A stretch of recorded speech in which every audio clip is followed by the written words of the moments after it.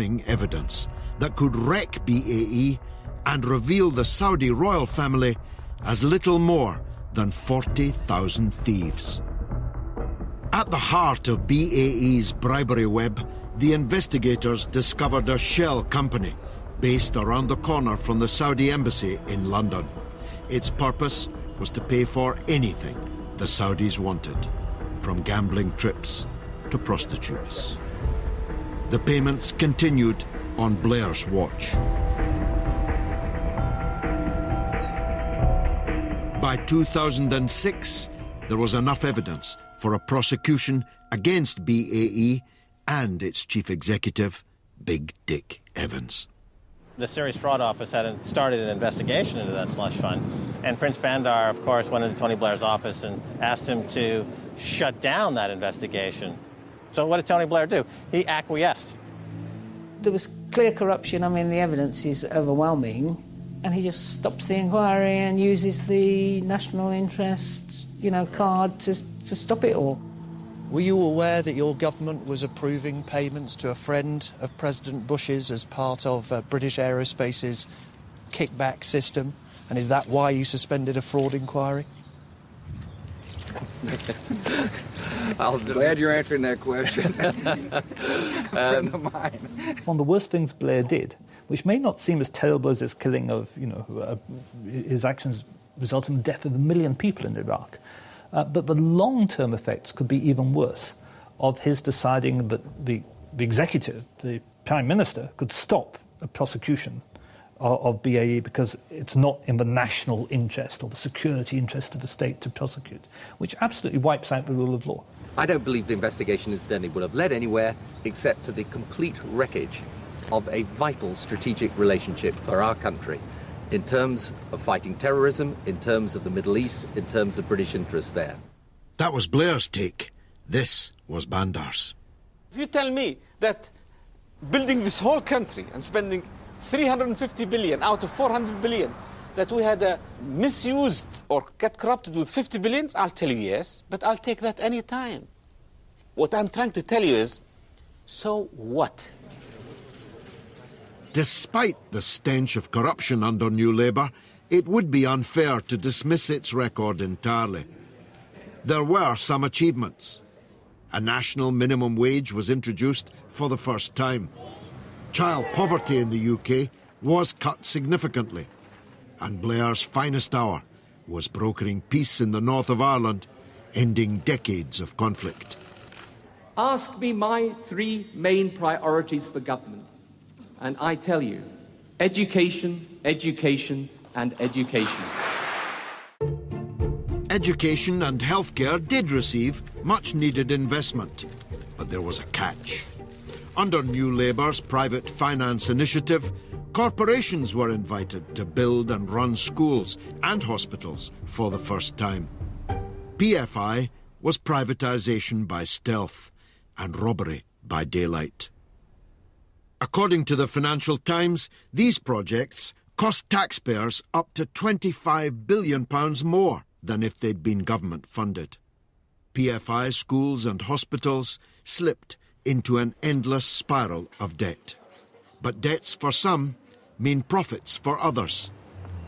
Under New Labour, big business bloomed in the City of London because of the effective absence of regulation. Foreign banks were falling over themselves to get business into London because it wouldn't be as tightly regulated as it would elsewhere.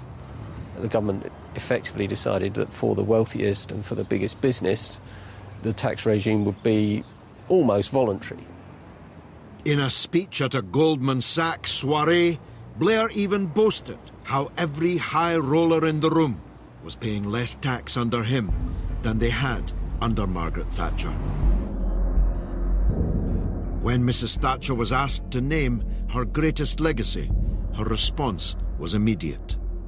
Tony Blair and New Labour.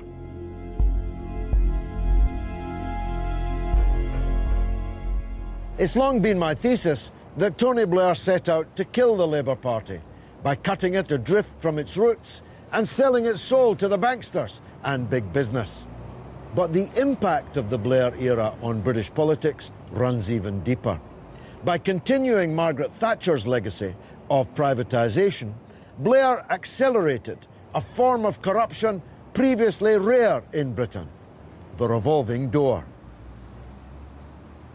He absolutely exemplifies a completely revolving door between the higher levels of the British civil service and private enterprise, and particularly forms of private enterprise that profit from conflict.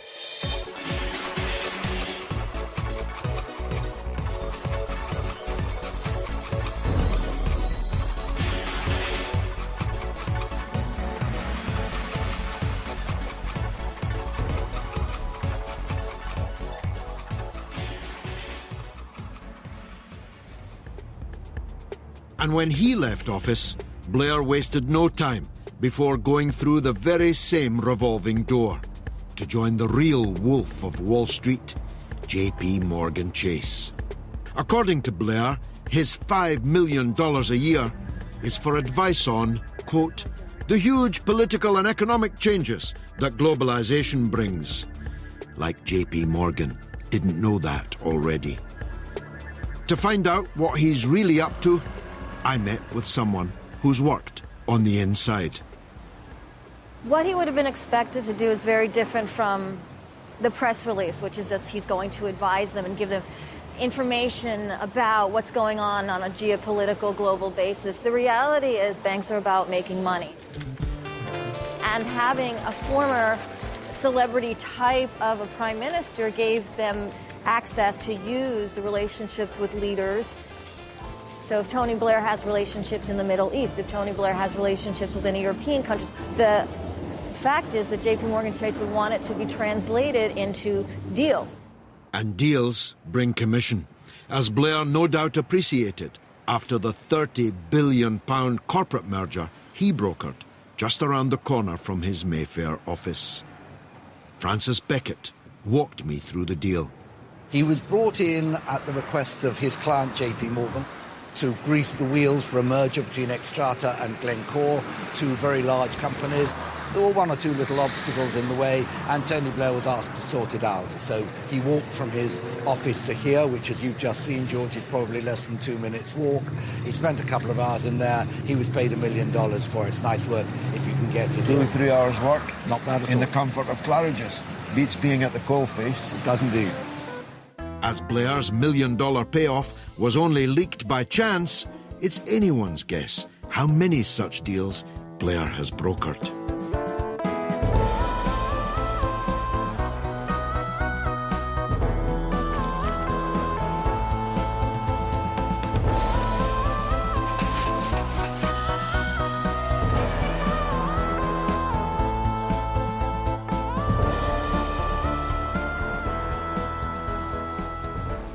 Besides J.P. Morgan, Blair also landed a job for Petro Saudi, an oil company owned by one of Prince Bandar's many cousins. Blair is popular at the court of the head choppers for obvious reasons. And it pays dividends. All these relationships that he's built up in the years since he was Prime Minister are, in most people's estimation, corrupt relationships. They are clearly indicating that the decisions that Blair took when he was Prime Minister had a direct impact on who paid him money thereafter. And, of course, it's impossible to believe that that didn't affect the decision-making in the first place. And that idea that people take decisions with the knowledge that they are going to be lavishly rewarded in the years to come is a knife at the heart of our political and democratic systems. Blair certainly has been lavishly rewarded, although estimates of his wealth differ wildly. I mean, I read I'm supposed to be worth £100 million. Cherie's kind of asking where it is in that case. So how much is he really worth? With 31 UK homes, the Blair's property portfolio alone accounts for £25 million. In search of an answer to the multi-million-dollar question, I joined financial journalist Richard Brooks outside Blair's country estate. he set up a very